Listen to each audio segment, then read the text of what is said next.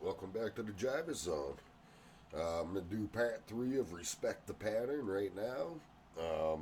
And in the last two videos, we actually wrote out all the major scales for the keys, and that's how they ended up being, all these different keys ended up.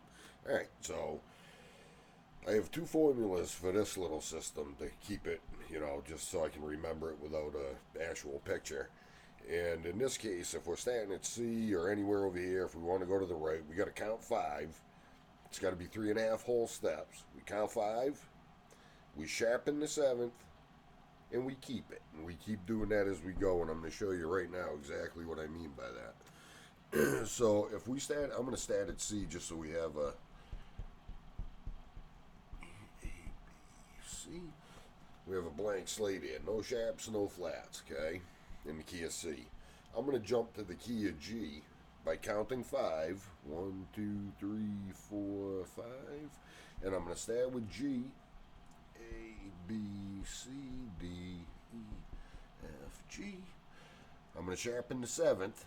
1, 2, 3, 4, 5, 6, 7. Okay, now I have F sharp in the key of G. So when we build chords on other scales, whatever we do to it, we start with that scale instead of C with no sharps and flats. Yeah, pretty simple, right? So G, A, B, C, D is 5. I'm going to start with D, E, F, G, A, B, C, D. And I already had F sharp, so I'm going to keep that. Sharpen the 7th and keep them as we go. And then 1, 2, 3, 4, 5, 6, 7. I'm going to sharpen that C. Now we have F sharp and C sharp in the key of D. That's what differentiates it from the other two keys. Now I'm going to count 5. 1, 2, 3, 4, 5 to A. A, B, C, D, E, F, G. Back to A for the octave. I'm going to sharpen the 7th. I already had F sharp and I had C sharp. So I'm going to keep them. Now the key of A has 3 sharps. And again, everything we do in the key of A, we'll start with that major scale. Now I'm going to go to E. 1, 2, 3, 4, 5 to E.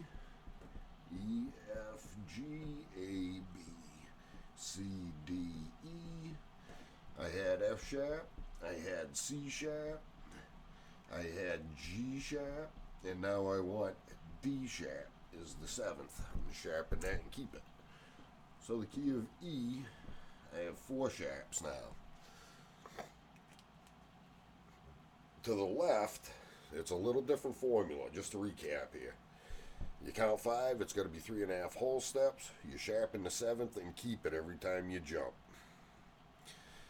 You do this a couple times and you just start remembering anyway, so. Now, if we're going to go to the left into the flats zone here, we got to count 4. But it has to be 2.5 whole steps. Okay, 2.5 whole steps in this gap. So if I go from C, and I'm going to start there again for our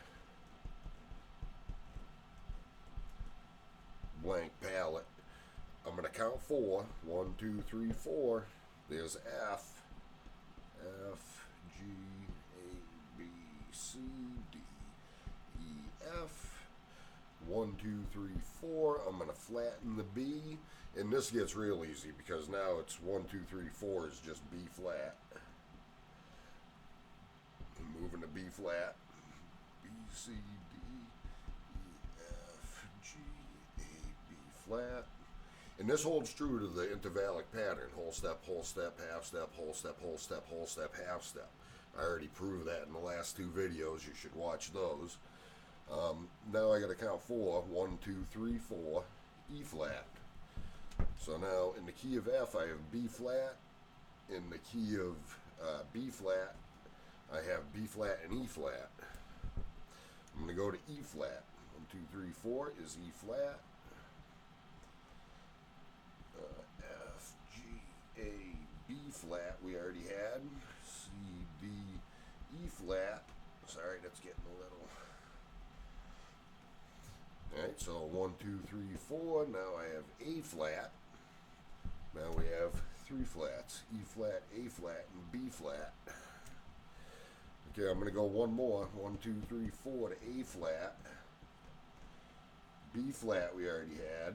C, D, E flat we had. F, G, and back to A flat. Okay, 1, 2, 3, 4. I have D flat. So in the key of A flat, we have 1, 2, 3, 4 flats.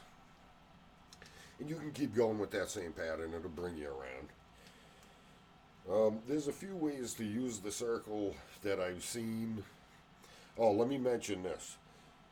From your major to your minor is is 4.5 whole steps. Okay, 4.5 whole steps.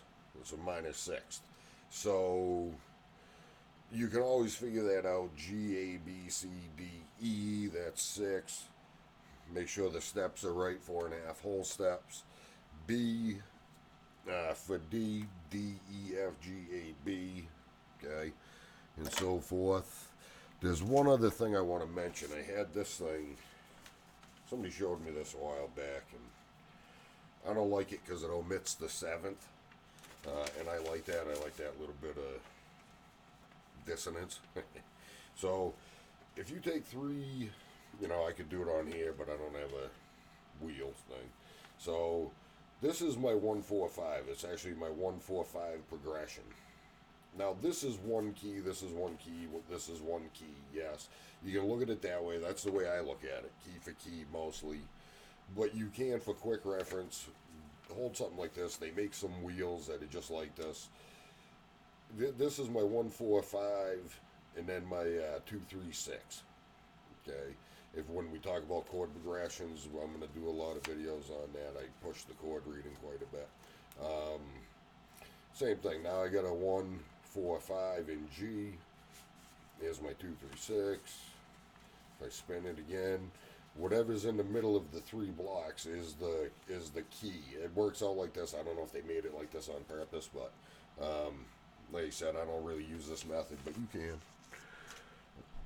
So I think that should wrap up keys. Them are all the major scales we built both ways with these formulas and in the last 2 videos.